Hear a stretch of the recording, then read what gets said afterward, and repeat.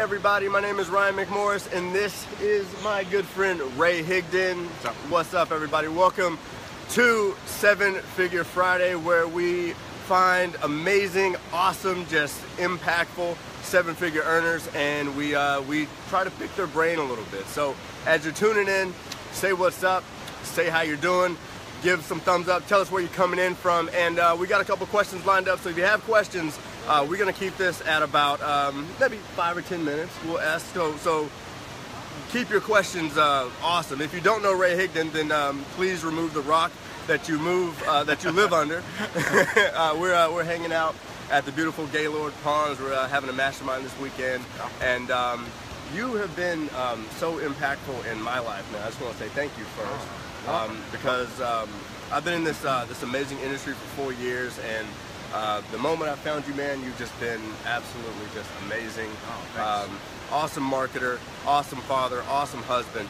So if you're not following this guy yet, and you're looking for a person that you can model for every area of your life, this is the guy. So I'm gonna start off because I'm selfish. My question, rank makers, man. Tell people what is rank makers about? What's the vision? Because it's a very powerful vision. And so what's rank makers? What's about, and why should someone want to be a rank maker? Yeah, well, thanks for having me, and thanks for the nice words. So yeah, you know, Rank Makers is, you know, it's a paid Facebook group that we have, and our vision for that group is to make it the most productive network marketing group in existence. And so, you know, it's not for one specific network marketing company, but to take, as a group, to break more ranks, bring in more customers, recruit more reps than any other group in network marketing anywhere. And so it'll take some time, you know, it doesn't happen overnight, but we give action steps almost every single day. We do a little bit of a training in there almost every single day, and we just look to help people with getting their questions answered around social media, marketing, branding, recruiting, prospecting, mindset, etc., and just help them progress to become really, really good examples of professional network marketers. Right, and that would probably make a huge impact, and this is kind of an experience that we had last week. Wes and I, we go to the sauna every day. Okay, awesome. And the person that owns that sauna, I brought up, I said, hey, is this product that you have here a network marketing company? She goes, no, I don't like network marketers. Yeah, okay? Sure. And it seems like something, because I don't think people have a problem with network marketing. I think it's the network marketers. So if we can be better network marketers, in turn, network marketing automatically gets better, right? Absolutely, and network marketers is what caused the public perception that network marketing has. Right. So no one, if you went to somebody and said, hey, you know, you really like that product, and if you tell people about it, you know, we'd like to, as a company, we'd like to pay you to do that. And then if they tell anyone about it, well, we'll pay you too, because you introduced them to it. No one would be like, oh God, no way. Like, no, thank you. Right. I don't want that. That makes no sense. Like, no one would say that. But it is the approach that network marketers take that turn people off. And so people think, like, whatever approach someone uses, people think, oh, that's what they're being taught. Right. Even if it's not, oh, that's what they're being taught, and they don't want any of that. Yeah, I don't want to do that. And so we need to improve ourselves internally before we can ever change anything externally. Yeah, big. One of the questions that was sent in via email this morning was, what's the #1 mistake you see network marketers make? Maybe go back to like when you were building a team and you saw, hey, these are the guys that are being like just uber successful. These over here, they just keep making the same mistake over and over again. So what's the #1 mistake that you'd probably say most network marketers fall into? I mean, I would say #1 mistake is people just don't hit their numbers, and you know, they just don't, like, you know, if I'll have people come to me and say, you know, I want to be a top earner, I want to really crush it, and I can tell in one question if that's actually the case. And I'll say, how many people did you prospect last week? How many people did you have on presentations last week? Right. And if they're answering in single digits, then they're not on the path for a top earner. Right. They might make a little bit extra money or something like that, but they're not on the path for a top earner. Right.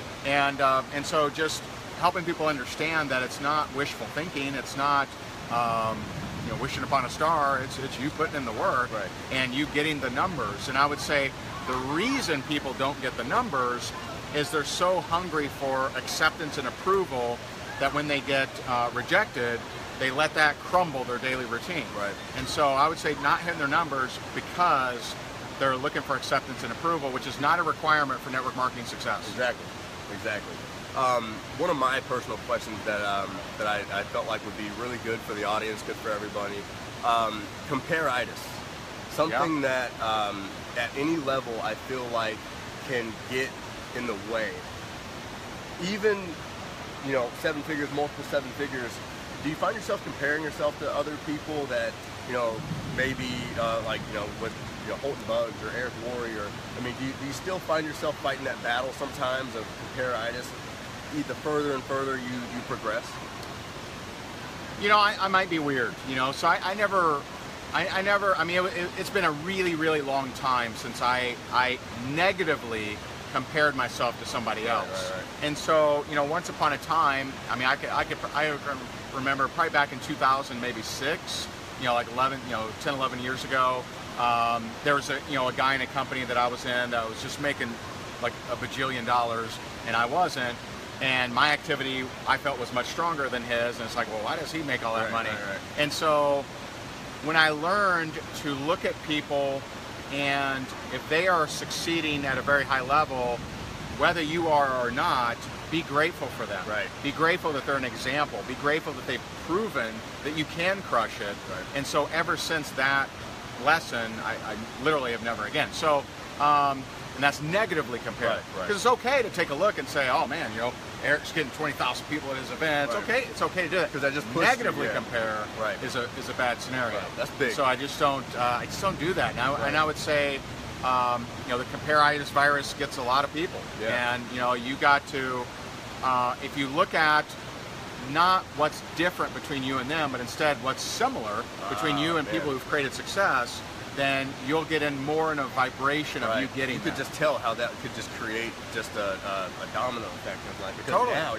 that's huge. Be grateful, like, wow, they've proven it. That's awesome. Yes. Versus like, why are they there and I'm over here? Who'd they have to kill? Yeah, or some kind of negative ethical, moral, like, oh, they had to cheat somebody. Right, well, that's rarely true that someone super successful has had that.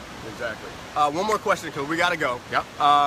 One question that I feel like could become a staple on Seven Figure Friday is, if you lost it all today, what would the one thing you would do to make seven figures again? If you pulled a Donald Trump, you went bankrupt, you said, I've got to do it again, what would be the one thing that you would do? So what are the rules to this question? Is it in the same industry or different industry? Yeah, I'm talking anything, because I mean, seven figures. So if you lost it all today, because I've met people that have done really well in network marketing, and then they lost it, they've gone to real estate. They didn't budget their money right. Something happens. They didn't invest it. Yeah. I mean, it'd be pretty darn similar to what I did to make my first seven figures, and that is I would do two things. One, I would have a prospecting routine. I would find what is it that I want to sell, what is it I want to make money with, and I would be prospecting people to attempt to get them to purchase that thing. And then I would also be creating videos to attract people to me around that thing. So if it happened today, I would just start off with the concept of network marketing and start creating new network marketing content to attract people to me. Maybe I start in a company or maybe not. I mean, I guess my history isn't wiped out. If it's not wiped out, then that would be very simple. Now, if you said, hey, you got to go make $1 million in aviation, then I would be like, all right, well, that's a little different. So I'd probably go interview people in the aviation industry, and I would learn, what are the problems of that industry, what are the different things, and I would create information around aviation, and then I would find out, some kind of JV, a joint venture or something like that. What can I refer people to get compensated for?